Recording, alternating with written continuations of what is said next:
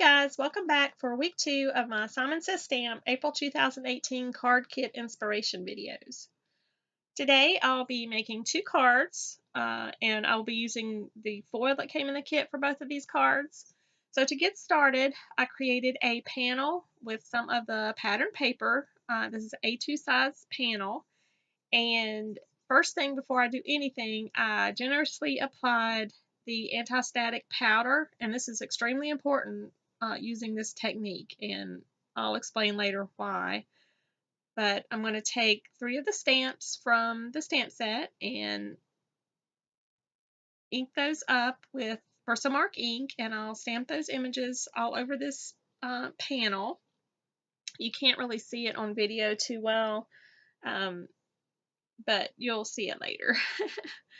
So I'm just randomly stamping these down.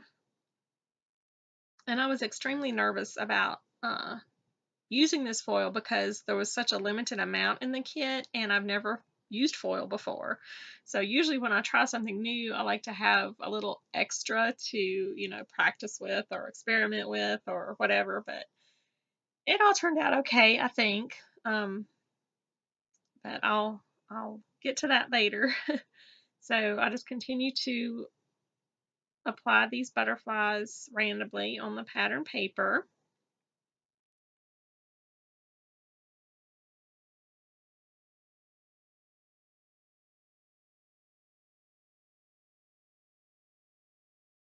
And then I'm going to take some clear embossing powder and apply that to all the stamped butterflies. You can kind of see them there a little bit.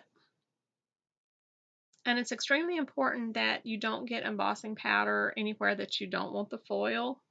So that's why the anti-static powder tool is so important to use and to apply it generously. And anything that you see, any spots of embossing powder that you see that is not where you want it, just take a little paintbrush and remove those little areas, because even with the anti-static powder, you're going to get some little areas of that. And then I'll just heat that up with my heat tool. Melt the embossing powder.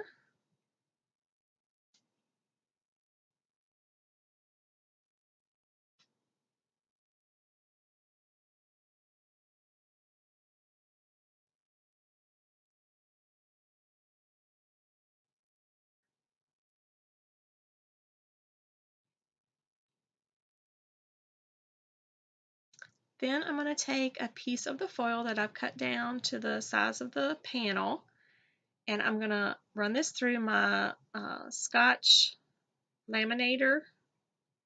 Whatever laminator you have will work. This is how mine, I had trouble getting it to go through, but this is how mine works. You insert it from the back. And I let this heat up like all the time I was stamping my images, just so it would be really hot when I was ready to use it. And so here's the reveal of the beautiful butterflies. I love the way this panel turned out. Very pretty. I think it's pretty good for my first attempt. Okay, so for my sentiment, I'm taking a piece of vellum, and I'm going to use the Thinking of You stamp from the stamp set, ink that up with some Versamark ink again, and I'm just going to use some, get that straight on there, and I'm just going to use some silver embossing powder to emboss that. And the embossing powder I have is, I think, from Stampin' Up, and I've had it forever. I need some new because it's getting kind of low. Clean up my mess. I always make a mess with embossing powder.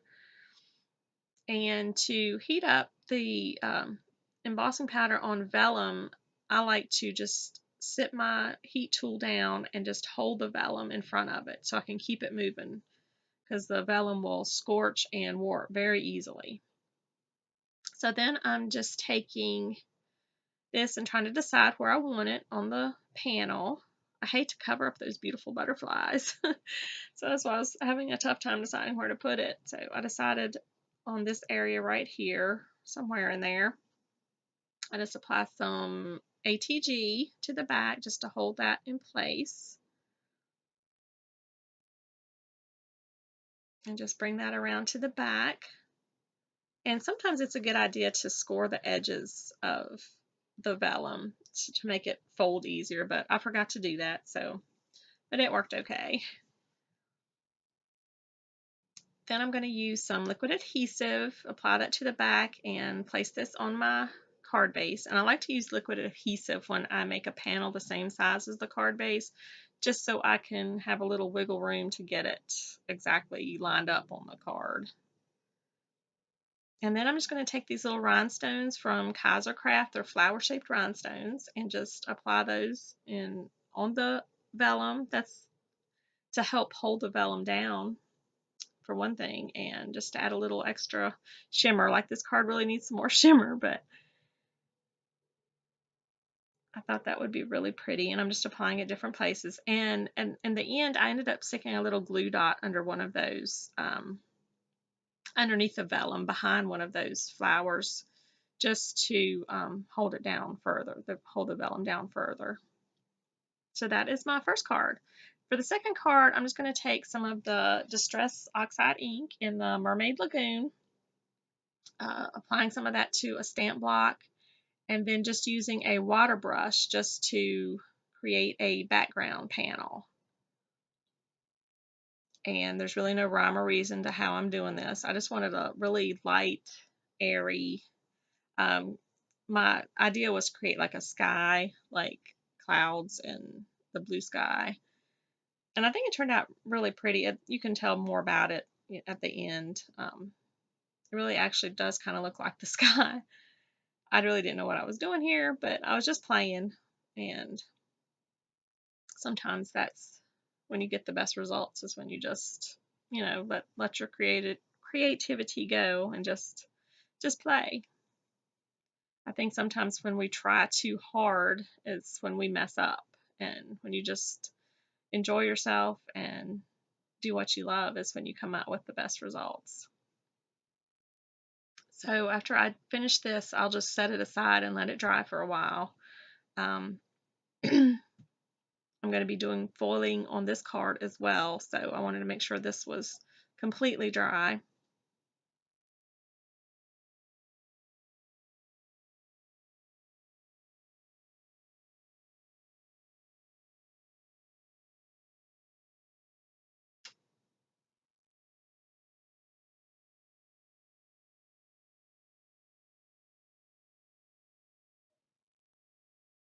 I probably should have sped this up more because I'm taking forever, but that's okay. Okay, so I'll just set that aside, clean up my mess a little bit, and here's my dried panel.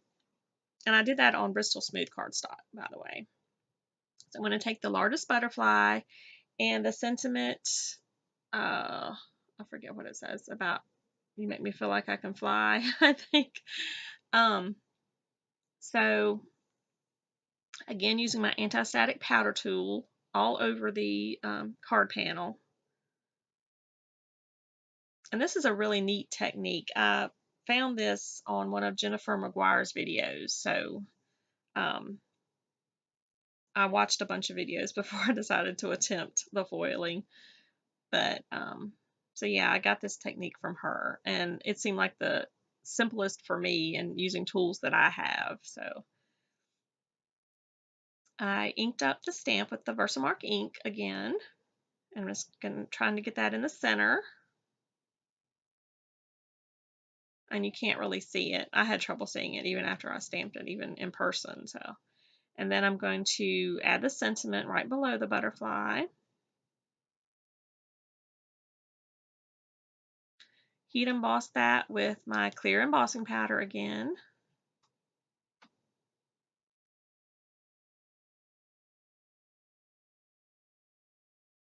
And I will say, this card didn't turn out as well as I'd hoped. The foiling didn't show up as well on the background as I thought it would. But since I didn't have any other foil to use, I'll just have to go with it. And but it's pretty. But It just didn't, I don't know, I expected it to pop better than it did. So I'll just heat that up with my heat tool, and I'll do the same technique that I did before with my laminator, and you can use whatever laminator you have. There's a variety of ones out there, but any of them will work. And as you saw, I just sent it through without like putting it in between paper. I know some people do put it in between paper, and Jennifer McGuire showed that she did not. So I held my breath while I sent it through, and it worked okay. So here I go, sending it through the laminator. And you'll see when I pull this back, the butterfly looks pretty, but the sentiment, like the edge of it, just doesn't shimmer as much as I'd hoped. So, but it's still pretty. And I'm for my card base, both of my card bases are A2 size top folding card bases, and I just created those with the cardstock that I had in my stash. I didn't use the white cardstock that came in the kit. I wanted to hoard it for at least for a while. It's so nice. But I'm taking another piece of the pattern paper and cut that down to a panel for fitting the A2 size card base, applying liquid adhesive and placing that down. And then I'm just going to take this panel that I created, and I cut it out with a dotted rectangle die from Physics just to give it a little more interest. And then I'm going to apply these 3M foam tape to the back. And I wanted to put plenty on there just to support it, since it was warped a little bit from the water. So I'm just trying to get that straight. And that will do it for my second card. And I